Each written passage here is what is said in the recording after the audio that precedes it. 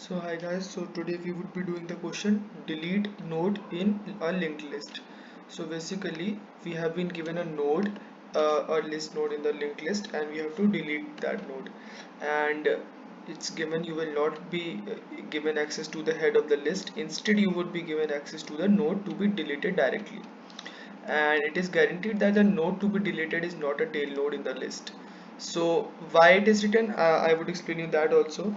So basically what my concept is going, means what approach I used in this question is, I basically stored a temporary node value in node, and I have used that value to exchange the two values of 5 and 1, and then after that I have basically pointed out the value between both of them. So not a problem if you haven't understood it yet.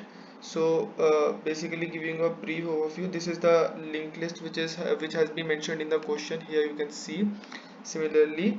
So here what we will basically do is, I would choose a color, yeah. So basically we would store this value of node here. This is the node value which we have to delete, and this is the temporary value. So in this value, so we are basically storing it away. We are storing that in a temporary variable, and after that we would switch between them. We would remove this and directly put it here, and then we would write it here, that is 1. So yeah, what basically we are doing, we are not deleting it, we are the putting the value of next element here.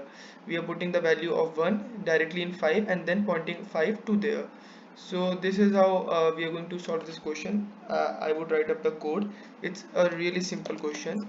What we are doing, we are storing a temporary value, that is list temp dot node dot next. We are storing that here, the pointer value, and then we are using node.val equals to node.next.val. We are doing this here, and then node.next is equals to node.next.next, and then we would put temp.next equals to null.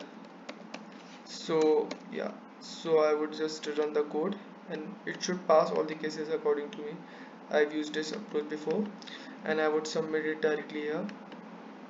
Yeah, so yeah, as you can see, it's passing 100%. It's of Java online solutions, it's faster than them, and it's faster than 94% of almost all the Java solutions submitted online. So yeah, this was pretty easy question. What we basically did is we stored the pointer in a temporary variable node, and then we switch the values between the next value and the current value, and then we pointed out the whole value to next to the next value, that is you can see here 295 to 9, and then we are pointing the temporary variable pointer to null. So this was it for the question. It was really a simple question, and it's frequently asked in many company interviews. Hope you have liked the video. So thank you and have a nice day.